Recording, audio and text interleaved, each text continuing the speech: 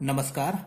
आज हम शमशेर बहादुर सिंह के द्वारा रचित कविता ऊषा का अध्ययन करने जा रहे हैं।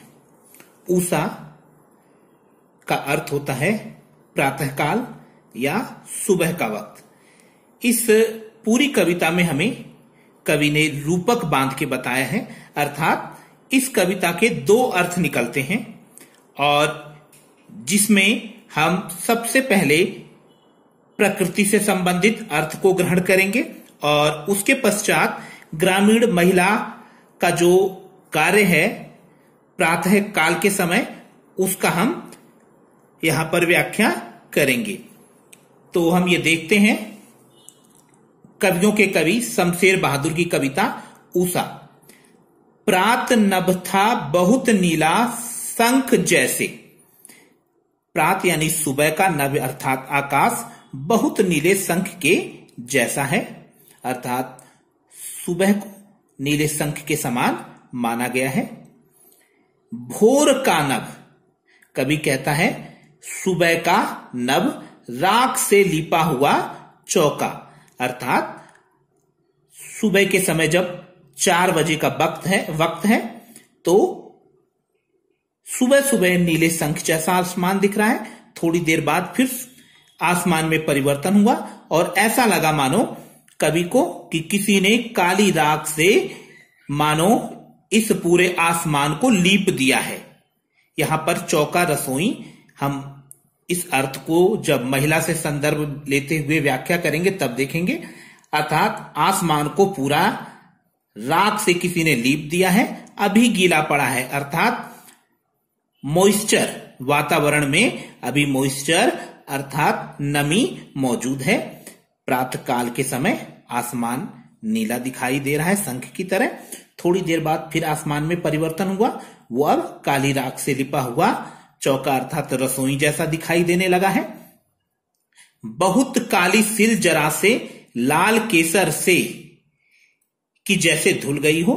कवि कहता है आसमान में थोड़ी देर बाद फिर परिवर्तन हुआ, ऐसा लगा मानो कि आसमान काली सिल के समान, जिसपे मसाला पीसा जाता है, काली सिल के समान जान पड़ रहा है और उस पर किसी ने लाल केसर मसाला पीसा हो। लाल केसर से मानो उस काली सिल को किसी ने धो दिया हो। अब यहां पर जो हिंदी निकल कर आती है कि पहली पंक्ति में आसमान नीले शंख जैसा, आगे जो बदलाव हुआ वो राख से लिपे हुए चौके जैसा, और फिर अगली पंक्ति में काली सिल के जैसा और जिसपे लाल लाल धब्बे पड़े हैं। अर्थात कवि कहना चाहता है कि आसमान में अब सूरज बाहर निकलने लगा है और काले आसमान में लाल लाल धब्बे सूर्य के निकलने से किरणों के बनने लगे हैं और आसमान में अब लालिमा आ गई है। स्लेट पर या लाल खड़िया चाक मल्दी हो किसी ने। अब कवि अगली पंक्ति में कहता है कि आसमान काली स्लेट की तरह लग रही है। आसमान कैसा लग रहा है? काली स्लेट की तरह, और जिसपे लाल मिट्टी किसी ने लगा दी हो, अर्थात सूरज थोड़ा सा और बाहर निकल आया है और आसमान में चारों तरफ लाल वातावरण, अर्थात आसमान अब लाल दिखाई देने लग रहा है, मानो किसी ने उस पर लाल मिट्टी मल दी हो। नील जल में या किसी की गोर झिलमिल दें जैसे हिल रही है। अब आसमान नीले जल की तरह दिखाई दे रहा है, यानी आसमान अब नीला दिखाई दे रहा है और उस नीले जल में से गोर झिलमिल यानी गोरे बदन के साथ, झिलमिलाती देह के साथ सूरज हिलते हुए बाहर निकल रहा है।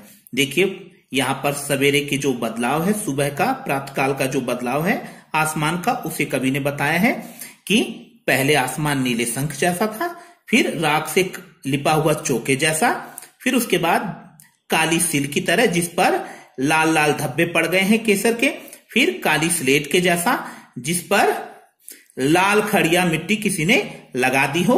अब आसमान नीले जल की तरह लग रहा है, जिस नीले जल में से झिलमिलाता हुआ सूरज हिलते हुए बाहर निकल आया है और जादू टूटता है इस उषा का, अब सूर्योदय हो रहा है। कवि कहते हैं अब ये जो सुबह का जो जादू है अब वो खत्म हुआ, जो नेचर का जो बदलाव हो रहा था अब वो खत्म हुआ है।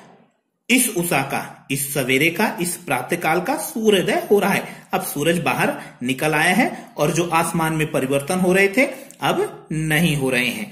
तो यहां पर पूरी कविता खड़ी बोली हिंदी, मुक्त छंद और प्रकृति का उद्दीपन रूप लिए हुए हैं। साथ ही साथ बहुत सुंदर दृश्य बिंब है यहां पर। अब हम जो इस कविता की अगली या दूसरी हिंदी है उसको जरा देखते हैं कि दूसरा इसमें हिंदी क्या निकलती है। एक ग्रामीण महिला का यहां पर गतिशील बिंब कवि के द्वारा खींचा गया है। कवि कहता है प्रात नभ था बहुत नीला शंख जैसे, कि सुबह का वक्त है और शंख की आवाज को सुनकर वह महिला जग गई है। गांव की रहने वाली महिला जग गई है। भोर का नभ राख से लिपा हुआ चौका अभी गीला पड़ा है। शंख की आवाज सुनकर वो महिला प्रातःकाल में उठ गई है और उसने सबसे पहले राख से अपनी रसोई की सफाई की और ये अभी गीली पड़ी है। बहुत काली सिल जरा से लाल केसर से की जैसे धुल गई है। कवि कहता है अब इस महिला ने अपनी काली जो सिल है अर्थात सिलबट्टा जिस पे मसाला पीसा जाता है उस पे लाल केसर युक्त मसाला पीसा है और उस काली सिल पर उस केसर रूपी जो मसाला उस पे पीसा गया उसके धब्बे बने हुए हैं। स्लेट पर या लाल खड़िया चाक मल्दी हो किसी ने। कवि कहता है कि इस महिला ने जो कि शंख की आवाज को सुनकर उठी है, रसोई को उसने साफ किया है और सिलबट्टे पे लाल केसर युक्त मसाला पीसा है। अपने बच्चे के स्लेट पर लाल चाक, लाल खड़िया मिट्टी लगा दी है ताकि वो बच्चा उस स्लेट को ले जाए और नए अक्षरों को उस पर लिख पाए। नील जल में या किसी की गोर झिलमिल देह जैसे हिल रही है। अब वो महिला नीले जल में नहाने के लिए चली गई है और उसका गोर वर्ण झिलमिलाता हुआ, हिलता हुआ दिखाई दे रहा है दूर से और जादू टूटता है। इस उषा का अब सूर्योदय हो रहा है। कवि कहता है अब सूरज निकल आया है और ये जो प्रकृति का वर्णन है वो समाप्त होता है या परिवर्तन समाप्त होता है और महिला भी अपने कार्य को, जो सुबह का कार्य है, उसको संपादित करके अन्य कार्यों की ओर अब लग गई है या अन्य कार्यों को अब करने लगी है। तो इस तरीके से इस पूरी कविता में दो अर्थ निकल कर आते हैं। एक सवेरे का जो बदलाव है आसमान का वो, और दूसरा वो एक महिला जो शंख की आवाज सुनकर उठी है और उसने अपनी रसोई साफ की है और उसने अपनी सिल पर केसर युक्त मसाला पीसा है और अपने बेटे की स्लेट को लाल खड़िया चाक से साफ किया है और वो नहा धोकर अपने कार्य की ओर बढ़ चली है।